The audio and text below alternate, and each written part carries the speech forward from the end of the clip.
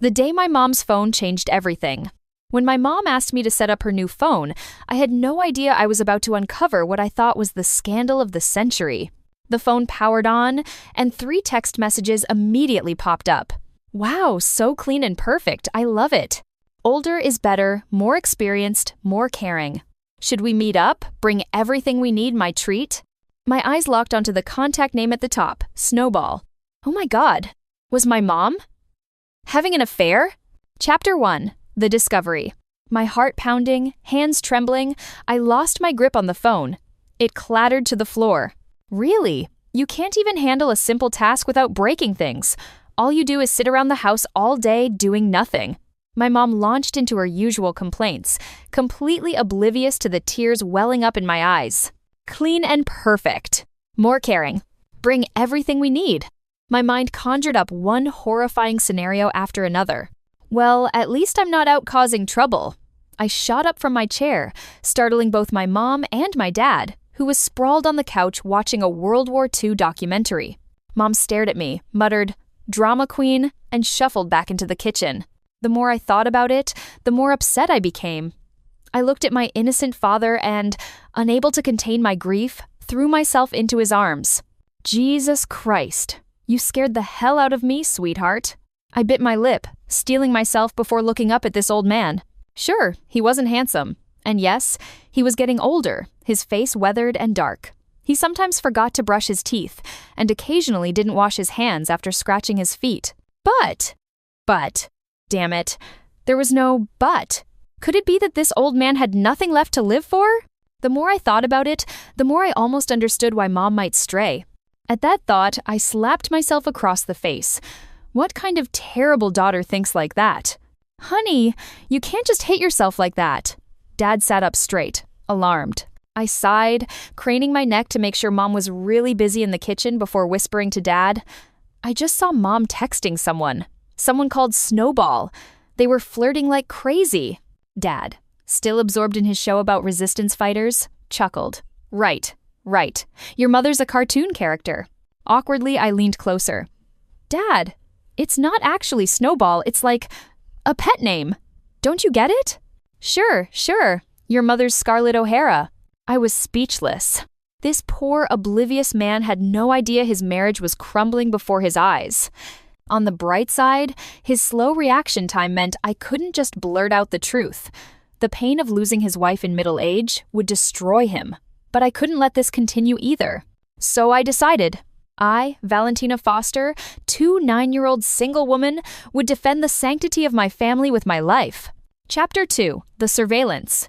The next morning, I woke up early, much to my mom's surprise. I sat down next to poor Dad to watch a soap opera about infidelity. Valentina, are you sick? Why are you up so early? I'm young. Early to bed, early to rise keeps you healthy. Don't worry about me. Mom nodded thoughtfully while fixing her permed hair. True. You young people do have so much energy. I stared in shock as Mom applied her fancy moisturizer. My heart ached with betrayal. Mom, why are you even bothering with makeup? After saying something like that, right in front of your daughter, what's the point of looking good?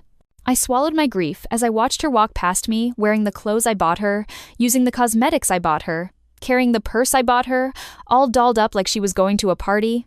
The TV seemed to mock me. If you're going to seek thrills, might as well go all the way. As the door closed behind Mom, I sprang from the couch with lightning speed, whipped off my pajamas to reveal the clothes I'd already dressed in underneath, and leaving Dad staring in admiration, I slammed out the door to begin my surveillance mission. Mom got into a taxi. I quickly hailed one too. Driver, follow that car. Maybe it was my sunglasses and mask with black coat look that convinced him. Or maybe he was just bored. But the driver actually put on his own sunglasses with a serious expression. Hold on tight! He gunned the engine and we shot forward. Less than 5 minutes later, the car ahead stopped. It's 1 block away. Why'd you make it so dramatic? The driver grumbled. How was I supposed to know Mom would be bold enough to meet her lover so close to home? I quickly paid and escaped. It was a coffee shop. But as Mom approached the entrance, she seemed to realize she'd forgotten something and turned back. Just as I thought my catch them in the act plan was falling apart, I spotted a young man inside glancing around nervously. My instincts screamed, "That's him! That's today's leading man!" Sure enough, when Mom pulled out her phone, his phone lit up too. He started to stand, but I stepped in front of him first. "Hi, are you Snowball?" He froze. So did I. He's so young? He could be my little brother. Though, damn, he's hot. No wonder Mom was willing to throw away her marriage for him. He's totally worth it. Wait, no! Snap out of it! Coming to my senses, I grew suspicious. A guy this good-looking was clearly using his looks to prey on women, probably for their money. Yes, I am. And you are? He was surprisingly polite, gesturing for the server to bring me a lemonade. I hardened my resolve. For my family's happiness, I had to do this. I'm Mrs. Carson's daughter. I think you know why I'm here. My tone was cold. His handsome eyebrows knitted together. I forced myself to look away, resisting my attraction to him. Your whole family's in on this? You people are harassing us, aren't you? Harassing? Us? I was confused, but his words made me angry. You're the one harassing my mom?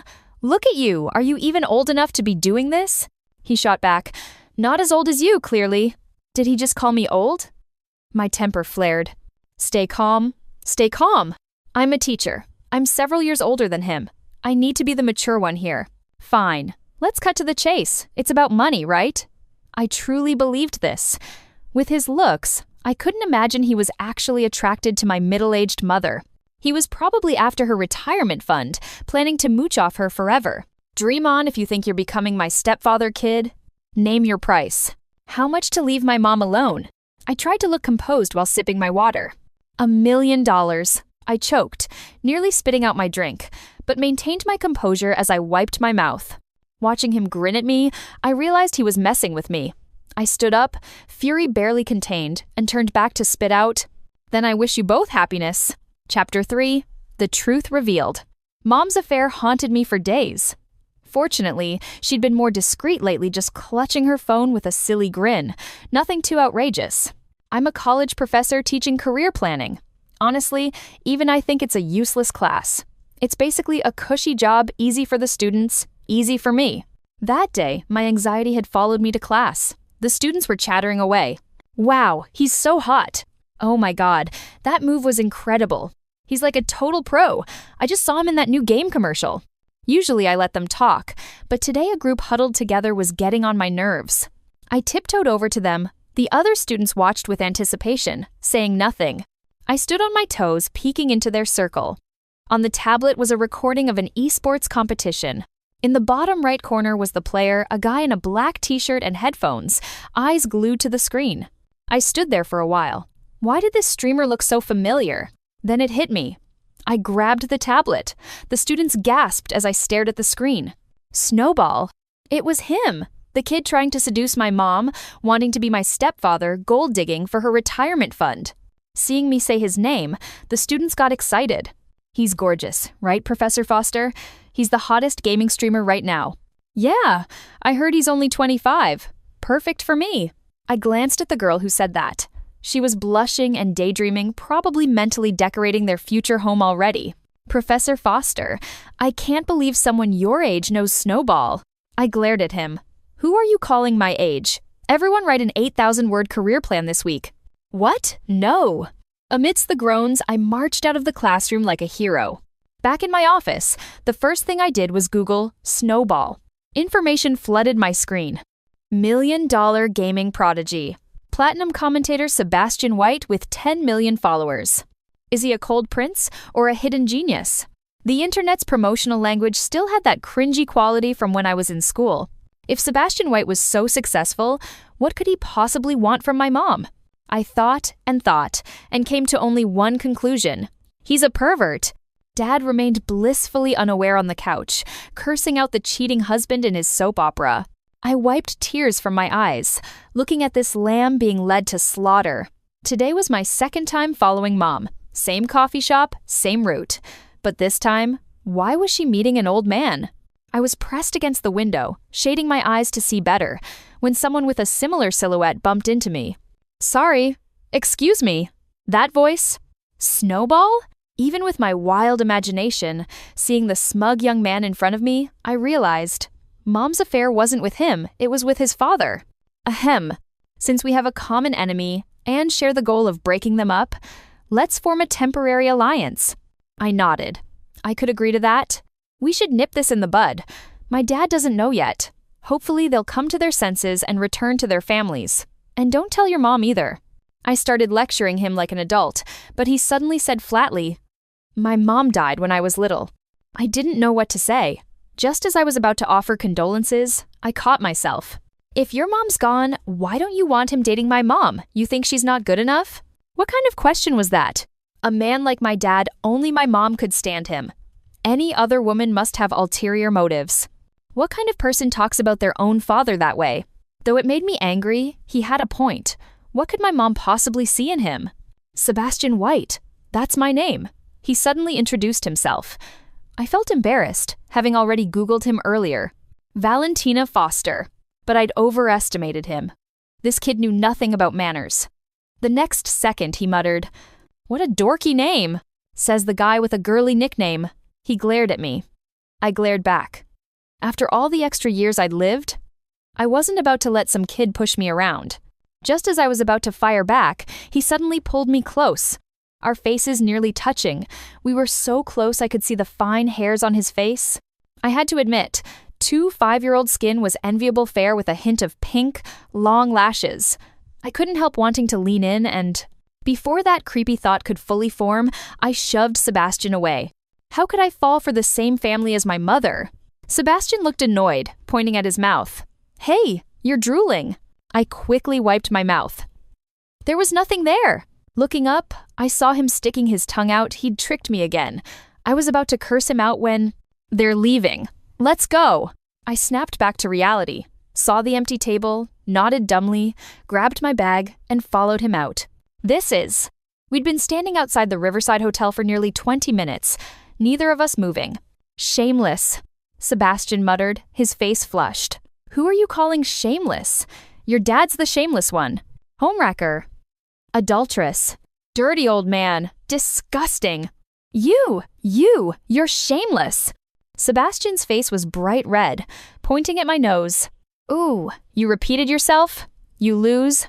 Childish." When he couldn't win, he called me childish. Our bickering was just a way to deal with our anxiety. We looked at each other awkwardly. After all, these were our parents. It was hard to imagine. After a long silence, I couldn't take it anymore. "So, do we just wait here for them to come out? 20 minutes should be enough, right?" I said it hesitantly, trying not to sound naive, but Sebastian suddenly got angry. 20 minutes? Who are you insulting? Then, seeming to realize how inappropriate that sounded, he shut his mouth, turned, grabbed my hand, and charged into the hotel. "Hello, sir, miss. Would you like a king bed?" the receptionist asked politely. That's when I realized Sebastian was still gripping my wrist. She probably thought he was some eager young man in love. He seemed to realize it too, and awkwardly let go. "We're not here for a room. What room number are Mr. White and Mrs. Carson in?" The receptionist smiled knowingly. "I'm sorry, we can't disclose guest information." We tried to argue, but then we heard 2 familiar voices behind us. "Sebastian? Valentina?" Sebastian and I had been sitting there for half an hour. If we weren't in public, our parents probably would have beaten us halfway to the afterlife by now, hoping we'd be reborn with bigger brains. Those text messages I'd seen were actually from Sebastian's dad about me. And my mom? She was just Mr. White's old classmate. Me, a 2 9-year-old teacher who worked day and night with no social life. Sebastian, a 2 5-year-old gaming streamer who never left his house with 0 social skills. We'd driven these 2 well-meaning parents crazy worrying about our futures. So they'd exchanged our photos and birth charts, meeting at the hotel to consult with a fortune teller who happened to be giving a seminar in town. Sebastian and I were the real adulterers in this farce. Valentina Foster, are you out of your mind? The older you get, the smaller your brain gets. How could you think that about your own mother? Mom scolded me in a harsh whisper, grinding her teeth while apologizing to Mr. White. "Sebastian, have you been gaming so much your brain melted? You're getting bigger, but your brain isn't." I snuck a glance at Sebastian beside me. He was also hanging his head, looking helpless. He'd probably never speak up. The embarrassment was overwhelming. But I was the older one. I should take responsibility. "Mr. White, I'm so sorry." This was a misunderstanding. You must be Valentina, Mr. White looked at me with delight. Wow, even prettier than your photo. I heard you're accomplished and teach at a university. My old friend is so lucky to have a daughter like you. Looking at Mr. White's kind face, remembering all the awful things I'd said about him outside, I felt even more ashamed. Then he grabbed my hand. Valentina, the fortune teller said, you and Sebastian are a once-in-a-century perfect match. I liked you the moment I saw you. You and Sebastian. Dad, you didn't even ask me. But Mom also grabbed Sebastian's hand. Sebastian, sweetie, I heard your mother passed away early. My heart just... She paused dramatically. Breaks for you. If you don't mind, my Valentina is very caring. From now on, I'll be your mother. Sebastian looked stunned by this declaration. I was equally confused. We glanced at each other and could only smile awkwardly. From a distance, the four of us, two elderly people and one young adult gripping, or being forced to grip, hands looked like we'd formed some kind of tragic yet ridiculous alliance. That night when I got home, Mom gave me a lecture and a serious warning. If I ruined this match, she'd erase me from the family registry. My mom always kept her word. Sebastian's side probably got a similar threat from his dad. Either way, we began a reluctant courtship. We agreed that after getting to know each other, we'd tell our parents we weren't compatible and call it off. Chapter 4. Getting to know each other. When Mr. White called me, the weather forecast was warning about an approaching storm. Valentina, I'm away on business for a few days. Could you check on Sebastian? I just called him and he sounds feverish. That boy never takes care of himself. I didn't know how to refuse, so I mumbled agreement. After hanging up, I called my mom. She said, you don't need to come home tonight. When I called back, her phone was off. I stood there for a long moment, then sighed, went to the pharmacy to buy Sebastian medicine, and picked up groceries to cook for him. But fate had other plans. My carefully applied makeup was destroyed by the wind and rain, leaving me looking like a drowned rat. So when Sebastian opened his door, he just sighed, pulled out his wallet, stuffed several bills into my hands, took the bags of food and medicine, and shut the door in my face. He thought I was a delivery person? I was both annoyed and amused, pounding on the door with soap opera villain intensity. When Sebastian opened it with an irritated expression, I swept back my hair. Sebastian, it's me. He looked me up and down, finally realizing how bad the weather was, and quickly let me in. Go take a hot shower before you catch cold and make me sicker. He tossed a towel at my head, looking disgusted. I hugged my chest, my clothes were dripping. Seeing my awkward situation, he coughed, went to his room, and came back with an oversized t-shirt. Wear this. It's new. I stared at him in disbelief at this kindness. He misread my expression and stepped back quickly. Don't worry, I won't peek. I only look at girls younger than you. Damn it, so much for kindness. After my shower, I made Sebastian plain congee, gave him medicine, and found that Mr. White had already prepared the guest room for me. Go to sleep, Sebastian. Stop watching TV. I cleaned up the dishes, muttering. He didn't respond. When I turned around, our eyes met. He looked away quickly, fumbling for the remote. What's wrong? I checked myself. Everything looked fine. He stared at me for a while, then finally said, Your legs are really thick. That little brat! I should have put arsenic instead of sugar in his congee. I huffed off to bed, but had trouble sleeping in a strange place. I scrolled through my phone until midnight. Just as I was getting drowsy, I heard glass breaking in the living room. I jumped up and rushed out to find Sebastian collapsed on the floor. Using all my 5'3" strength, I dragged his 6'1" frame onto the couch. I patted his face, definitely feverish. I used a cool towel to bring down his temperature and gave him more medicine. Soon he groggily opened his eyes. Sebastian, feeling better? He squinted at me, taking a while to recognize me. Valentina, are you trying to take advantage of me? I couldn't believe it. This kid's first thought upon waking was protecting his virtue. I ignored him and stood up to change the towel, but he grabbed my hand. How was he still so strong while sick? His face was flushed, lips pale, eyes unfocused. Don't go. I don't want you to leave. Stay. My heart skipped a beat. Was this a confession? Sure, we hadn't met under the best circumstances, but looking at that face, that young body, I guess I could consider it. While I wrestled with my conscience and attraction, Sebastian added weakly, Mom! Don't leave. Mom? Before I could stop myself, I punched him in the stomach. He grunted in pain, eyes flying open. Valentina? Are you trying to kill me? I grabbed his chin. He looked confused by my sudden anger. With his lips pursed from my grip, I fought back my inappropriate attraction, swallowed, and said firmly, "Call me sister." Sister! Satisfied, I released him and went back to nursing him with the cool towel. Exhausted from my assault, he soon fell back asleep, murmuring, "Sister, sister," in his dreams. Who could resist this? Something shifted in me that night.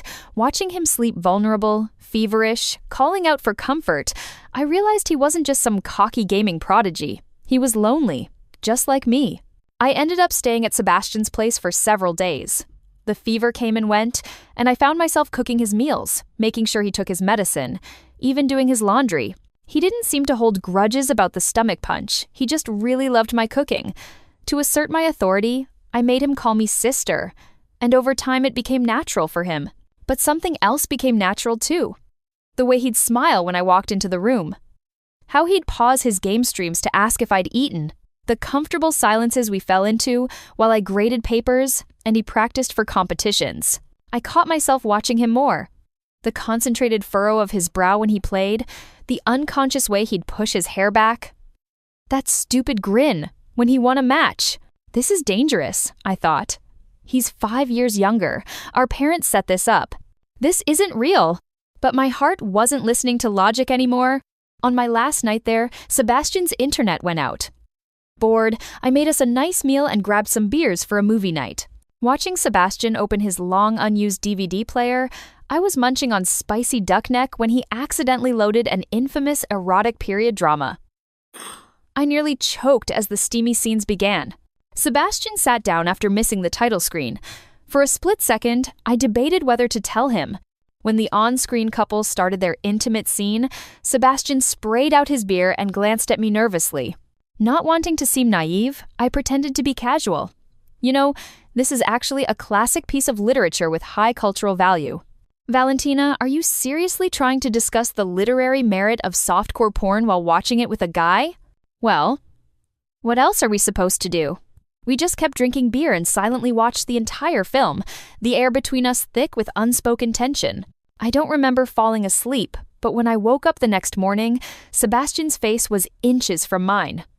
My heart leapt in panic as I checked that my clothes were intact. My movement woke him. As his eyes started to open, I frantically explained, "Don't worry, I didn't do anything. I absolutely did not take advantage of you." Sebastian scratched his head, looking at my disheveled hair as I kept my distance, and smiled lazily. "Shouldn't I be the one explaining? Don't worry, I carried you to bed. I know what happened." I sighed with relief and collapsed back on the bed, rubbing my hungover head. In the quiet morning light, Sebastian turned to face me. "Sister, let's give this a real try." This time, I knew I wasn't dreaming. Chapter 5. Falling. Until our first official date, I couldn't quite believe it was happening. "Do you play video games?" Today, he wore a gray tracksuit, expertly booting up a computer. "No." I shook my head honestly. He seemed unbothered. "No problem. I'll teach you." It was my first time in a gaming cafe. I watched others press a silver button to power on, so I searched for mine. Finding one on my right, I pressed it several times, but the screen stayed black. Just as I was about to tell Sebastian, I noticed him watching me with an amused expression. "What?" "Sister, that's my power button." I finally realized no wonder his screen had gone dark. "Just stay there." I started to get up, but he put a hand on my shoulder, pushing me back down. Leaning over me, his body pressed against mine as he reached for my power button. With one press, my screen lit up. I held my breath. His necklace dangled before my eyes. I watched his Adam's apple bob and swallowed hard. "Did you learn?" He was so close. I scooted back, blushing and nodding. He paused, smiled, and pulled my chair back next to his.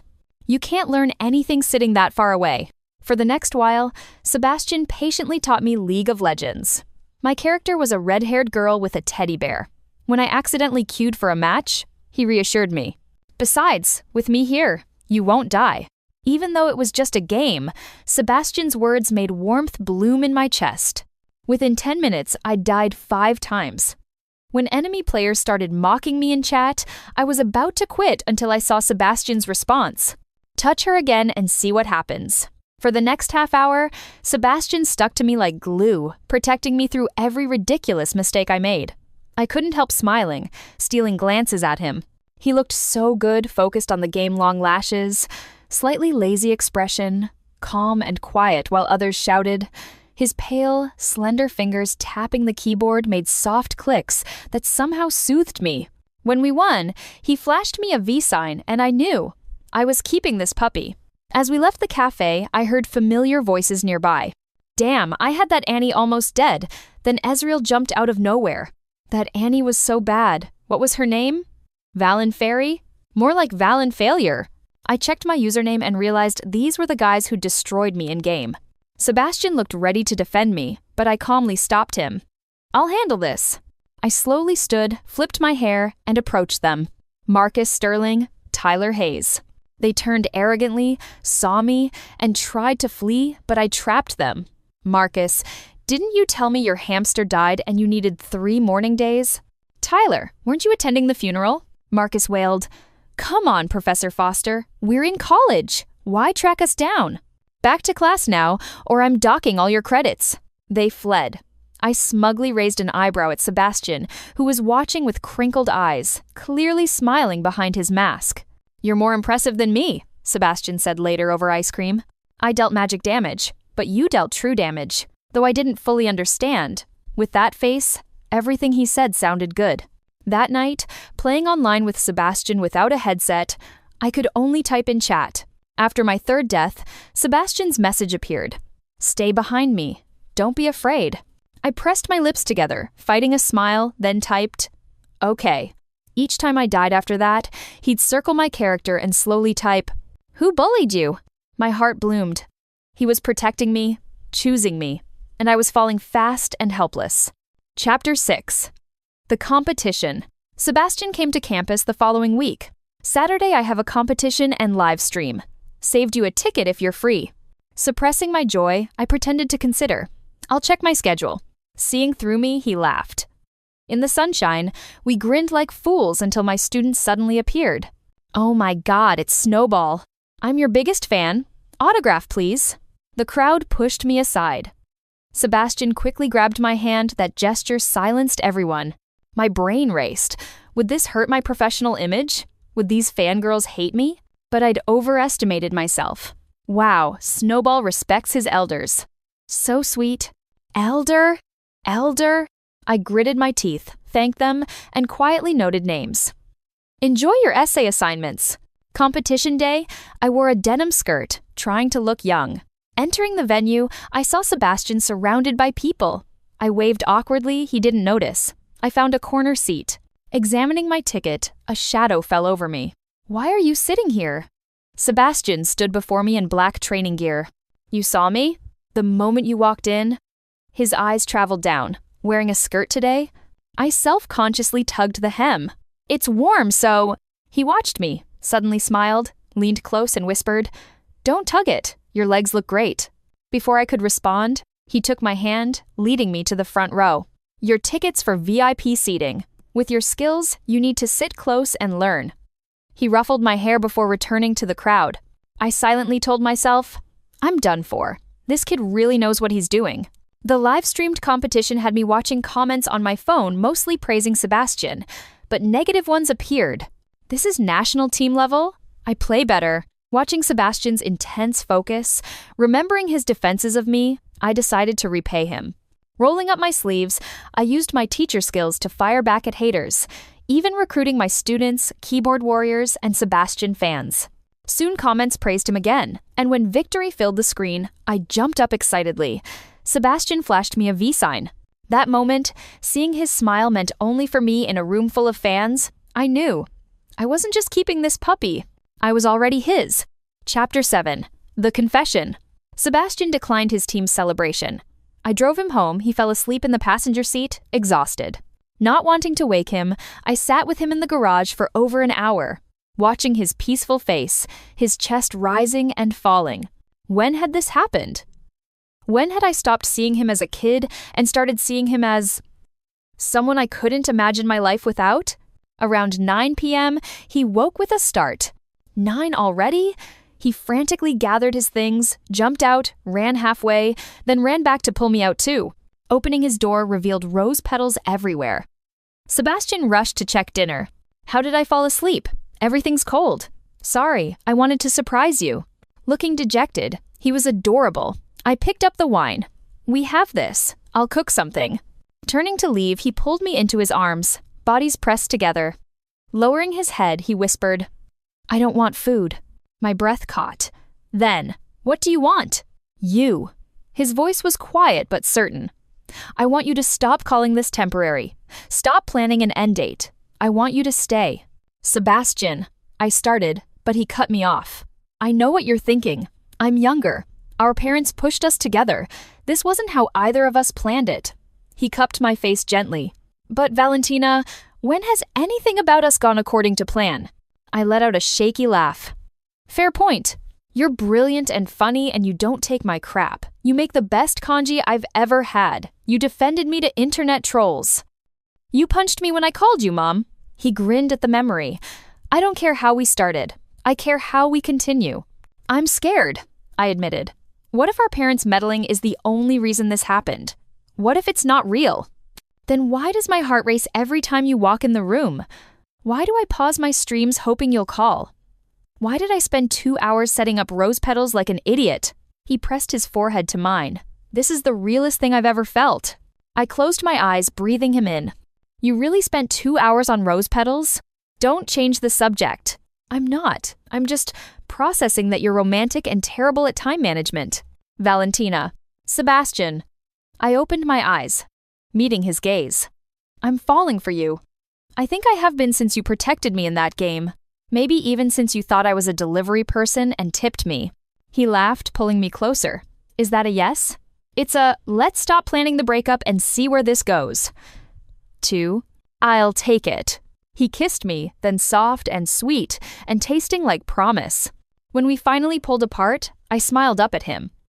Your dad is going to be insufferable about this. So is your mom. They'll plan our wedding by next week. Probably already have the invitations printed. We looked at each other and burst out laughing. Come on, I said, tugging his hand. Let's reheat that dinner you worked so hard on. And Sebastian? Yeah? Your legs are pretty great too. His surprised laugh echoed through the apartment as I pulled him toward the kitchen, rose petals scattering in our wake. Epilogue, 6 months later. Group chat. Operation Matchmaker success. Mom, Valentina just told me they're moving in together. I told you the fortune teller was right. Mr. White, Sebastian's been humming while doing dishes. Dishes? My son doesn't even know where we keep dishes usually. Mom, should we tell them we never actually went to a fortune teller? We just had lunch and complained about our single kids? Mr. White, absolutely not. I'm taking this secret to my grave. Mom, same. Though I'm already planning the wedding. Spring or fall? Mr. White, both. Engagement party in spring, wedding in fall. Go big or go home. Mom, I like how you think. Meanwhile, in Sebastian's apartment, are you seriously reading our parents' texts? I looked up from Sebastian's phone, grinning. Your dad left it unlocked, and you need to see this. Sebastian read over my shoulder, his expression shifting from confusion to realization to exasperation. They set us up? They manipulated us. The fortune teller was fake. The perfect match was made up. We stared at each other in outrage for exactly 3 seconds before simultaneously bursting into laughter. I can't believe, I gasped between giggles. We fell for. Sebastian wheezed. Our parents are criminal masterminds. Should we tell them we know? I considered it, then smiled wickedly. No. Let's plan an elaborate revenge. I love how your mind works. Sebastian pulled me onto his lap. What did you have in mind? Well, my mom's been hinting about grandchildren. Oh, this is evil. Continue. What if we started leaving baby name books around? Browsing strollers online when they visit? Sebastian's eyes lit up. Watch them panic because it's too soon? Exactly. You're diabolical. He kissed my nose. It's one of your best qualities. I learned from the best are scheming parents. As we plotted our playful revenge, I realized something.